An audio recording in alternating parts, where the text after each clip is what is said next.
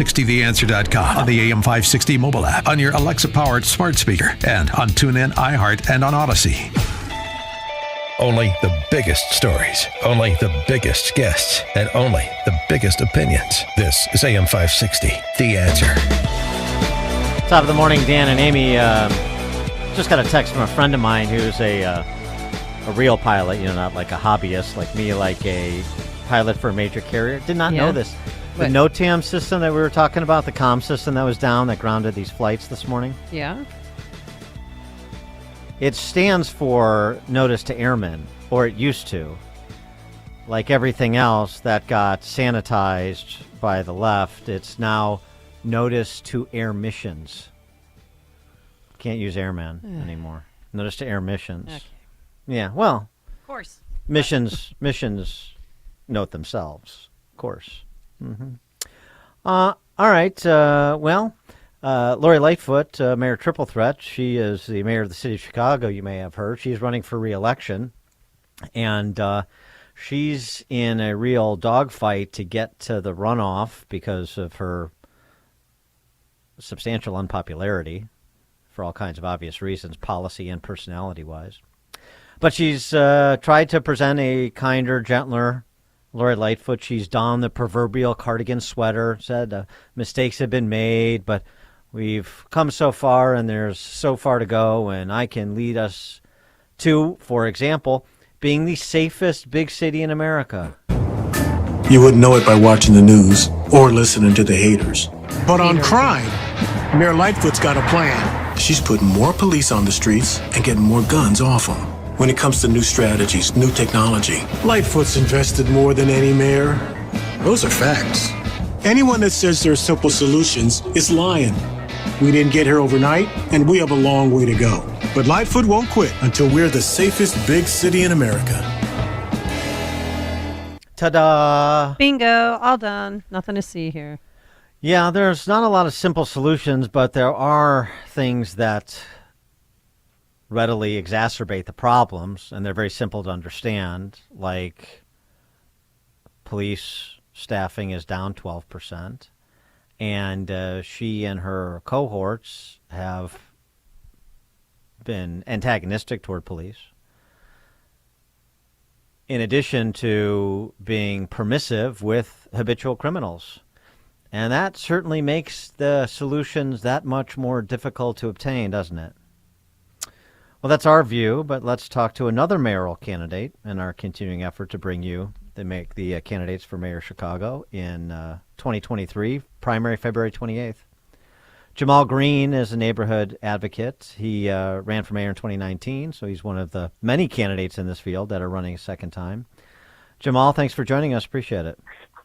Thank you so much for having me. Oh, by the way, website gogreenchicago.com, gogreenchicago.com, and I think that's a bit of a double entendre, but we'll get there. So what about Lori Lightfoot? She's got a plan. Things are improving. There's more work to do, and she's ready to do it. How about she has a plan or not? Because we've been waiting on it for some years now. And if she does have a plan, it's just not working, and we can't take it for another 4 years. We've had 700-plus homicides in the last 3 years. She has no connection to the stakeholders and communities, to organizations on the ground. There's literally no connection from City Hall to any neighborhood that is experiencing some sort of violence. We can't take another 4 years of Lori Lightfoot and David Brown. I play Where's Waldo with him, every week because no one even knows what he does or where he is. We got to get this city and under control, make public safety a priority, and that's what we're moving for in our public safety plan and in our administration. Yeah, well, 700 killed in 1 year, but what is your public safety plan? How's it going to work? Yes. So our public safety plan ranges over many different things. It's called EPIC, Economic Prosperity, Prevention, Intervention, and CPD Reform. And EPIC Economic Prosperity tackles how we're going to invest in neighborhoods and rebuild them, from increasing home ownership with a single-family mortgage bond to increasing affordable housing units to creating new jobs. as well as incentivizing folks to develop on vacant lots in the neighborhoods. Then when you talk about, we also talk about a public bank in that. Let me just want to throw that in there, in which the city of Chicago would create its own economic engine to invest back into neighborhoods, and all of the profit that comes back from that city charter goes back into city services so that we can really, start investing in the city. When you talk about intervention and prevention, you're talking about starting setting kids up early so that they don't become the next generation of criminals, right? So universal 3K, so that 3-year-olds can start having school early. Really making sure that that next generation don't turn out like this one. Intervention, a youth intervention department to put them on the right path, reentry programs so that folks who return home have a pathway. And then we must increase the amount of detectives so that we can improve our clearance rate, invest in new technology so that it can help them track down carjackers. There's a lot of things that we want to do in that epic plan that's on our website at gogreenchicago.com. And it's very comprehensive and detailed, and I don't think any campaign has moved forward a plan thus far. Universal pre-K, well, that'd be great as a gateway to the Chicago public school system. Yep. How's Chicago public school system performing in your estimation, and Terrible. yeah, right, and particularly comment on that OIG report that was released last week that essentially details systemic sexual abuse of students in the schools, as well as potentially a massive criminal financial fraud committed by CPS on the taxpayers of Chicago and Illinois. Yeah, this stuff has been going on for so many years. I know. It really kills me because these stories come out and it's like we've been through this. It's like it took you guys a long time to figure it out. And at the end of the day, CPS needs an overhaul. It really makes no sense how CPS is ran, how the funds are being mismanaged, how we don't prioritize teachers and students. What it's going to be one of my biggest priorities is to get CPS in order. Well, CPS, what does the overhaul look like? How do you want to change how the system functions? Because if you agree that this Politburo-like operation isn't working, then what is the system? What should it look like? Well, here's the thing. There's some things that I'll be able to do, but then also the state just passed the elected school board. So that'll be coming in place within the next year. So, at the end of the day, that's going to play a part in what that overhaul looks like. Obviously, when you talk about the administration, it needs to change. We need some transparency and also, some oversight there. And then we really have to take this school by school. I'm looking to, as mayor, visit every public school in the city of Chicago so that we can really see the needs and where we must prioritize and the things that are really going on that never reach the mayor's office. Well, one of the things we know from the data, what's really going on is kids are not learning to do math or read at grade level. We know that. Nope. The other thing that's really going on that's just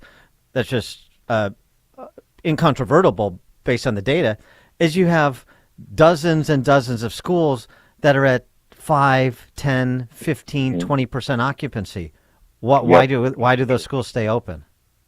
So, here's the thing. The thing is that the city has always pushed, charter schools and other schools. There's also an enrollment-based formula that does not work, right? And so what happens is if you send kids to another school and that school doesn't get the investment, then it just becomes poor in education and the amount of teachers and the ratio of counselors, et cetera. So what happens is people look at that school and say, I want to send my kids there. They said I can send them to the charter school. And then what that does is that takes more money away from that public school. But there's so many schools that are open that do not, like Fanger has less than 200 kids there. Well, and if people, I don't understand this. I want to send their kids to Fanger. Right. Well, if people don't want to send their kids to Fanger, then close Fanger and expand schools that they do want to send them to. If an expansion is even needed, the way that CPS is losing student enrollment, why do you want to force parents to send their kids to a school they don't want to send their kids to, and nobody's there? It's not about forcing. Well, it is. To send their kids to school. Here's the thing. The thing is that if you have an institution, and you got to go, let's go all the way back.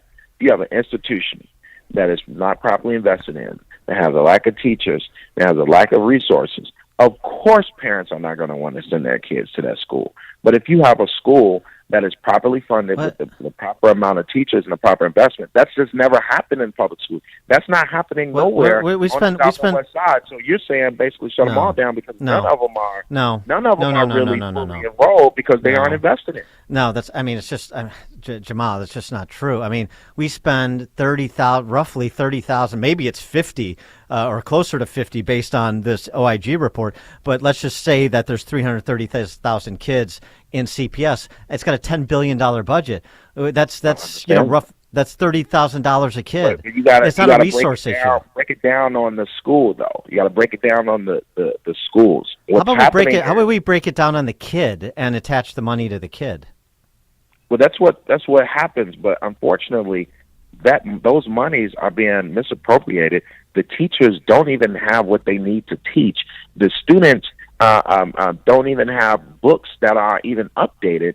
This is literally what's going on the South and West Sides, and I challenge you to go and tour these schools. There are only so many schools that get the correct amount of resources, but on the South and West Side, the vast majority of schools are performing poorly because they get no type of investment. And what happens is that the attendance level continues to decrease because either kids drop out because there's no resource for them, or there is, or parents send them to another school because they don't want them to go to that school because it's violent or it's not getting the resources there. So you got to really start to look at the South and West Side. There are dozens and dozens of buildings that we have that are being underutilized, that are underfunded.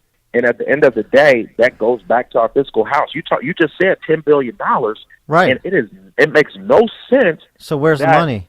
Exactly. Where is it? Where is it? That's my point. And we must make sure that we do a full audit on CPS once we walk in. Yeah. And second of all, we got to change, how we're spending our funding streams. These schools are. I go in and read books to kids in schools in our neighborhoods, and it would pain you if you really saw. I've been in the schools. I've been in them. I've been. It's terrible. I've been to a lot of these schools, and and I've spoken at many schools in Chicago, and I'm not talking about the Tony ones on the north side. Mm-hmm. And it's depressing. The whole thing is depressing. It is. But it's not a resource issue. I mean, I would agree with you to some extent that it's a resource management and allocation issue. Yeah, but I don't hear you saying that you believe in empowering families with the resources that provide the same choice as the rich families have, and that makes no sense to me. How can you not be for, tax credit scholarships and allowing parents to choose the best learning environment for their kids? Well, listen, what I'm saying is that our public schools, as the mayor of the city of Chicago, that's under our control, right? And at the end of the day, what I'm saying is that we need to create the highest quality system in this country where you can get a quality education at every public school in this city, to where even parents that are paying feels like, wow, this is finally a time that I can decrease the amount of money that I'm spending on my kids each and every month by sending them to a public school that's going to finally give them the education that they deserve. That's what I'm saying. What I'm saying is I want to create a world-class school so that there is not an abundance of private schools, and I'm very sure most of those families don't want to spend all of that money, but they have to because they want to get their kids a better education. Everybody should be afforded that in this city. Real quick, rich and poor will all send their kids to public school. Wadsworth Elementary, the mayor is going to eventually house migrants there. Are you for that or against it? I'm against it. I think that for several reasons. One big reason is that the community, first of all, wasn't even talked to about it, right? And the fact is that these schools were shut down. Predominantly black schools were shut down many years ago, and been looking for purposes. There could have been many different things to really help the community, and now we're here saying, "Oh, well, we have a crisis. We're going to throw them in this building without a plan." It makes no sense. At the end of the day, we got to get control over what's happening at the border and really go to the federal government to say, listen, this is really affecting us in our bottom line. This has to be a priority for the city because we obviously can't afford it. So then you would support repealing the city sanctuary city designation? I'm not saying that either. What I'm saying is we can't afford the consequences of our policies, but I don't want to change the policy. Well, here's the thing. Harold Washington implemented the sanctuary city, ordinance. All right. And at the end of the day, it was in good faith at the time. Obviously, we're in different times. We need to look at making this a sanctuary city for everyone in our city as well. There's a lot of different things that needs to happen, and we're going to analyze the whole situation, when I'm there. Do you think the Chicago Teachers Union is a force for quality education? I think that there are a lot of teachers in the union that really wants to, push for better education and a priority resources for teachers and students. I don't think that the leadership always, does what they're supposed to do to meet the needs of those teachers. And sometimes, a lot of times, get caught up in politics. That's what I'll say. So, I mean, you're a young guy, which is great. It's great to have young people involved in politics. I wish there were more of a conservative bent, as you well know I do. But it does seem to me, even though we disagree on a lot of things, that you're sort of an antagonist of the staid political establishment in Chicago. Is that a fair characterization? For sure, 100%. I'm not a fan of it. And so be a part of it. And so that establishment needs to be an upheaval against that establishment for the purpose of doing what, in your view? For the purpose of changing all of the systems that, have been put in place that is not in the best interest of the people of the city of Chicago. We need to take down some and create new ones and just start to change how the city operates. Right now, the city is in a state where people are paying high taxes, can't even send their kids to a quality school in their neighborhood. All of these different problems are happening. Their quality of life is poor, but they're paying a lot of money for it. They don't feel safe. They don't feel that the government is looking out for them. They're looking out for themselves. That must change. The people must start to feel like, I want to build a family here. I want to raise my family here. I want to send my kids to a school in the neighborhood. I don't want to be taxed out of town. There's a lot of things that we must do, and I'm ready to start to turn the tide. At the end of the day, I'm a compromiser. People will be first, so every policy that hits my desk, that's going to be how I govern. Is what's in the best interest of the people, short and long term. Every policy should be based off of how it's going to affect my kids, the next generation of Chicagoans. And when we do that, I think that there are some fights that we're willing to wage. He is Jamal Green. He's a neighborhood advocate and a 2023 candidate for mayor. Primaries February 28th. GoGreenChicago.com is where you can find more information about his candidacy for mayor. Jamal, thanks for joining us again. Thank you so much for having me. I appreciate you guys. Yeah, thank you for coming on. And he joined us on our turnkey.pro answer line. The stories you need to know to start your day. This is Chicago's Morning Answer on AM 560. The Answer. The following is a paid political announcement. Dr. Willie Wilson, the son of a sharecropper. He left home at age 13 to mop floors and flip burgers, with a vision for a better future for himself and those like him. A future where he could make a difference by creating jobs, by helping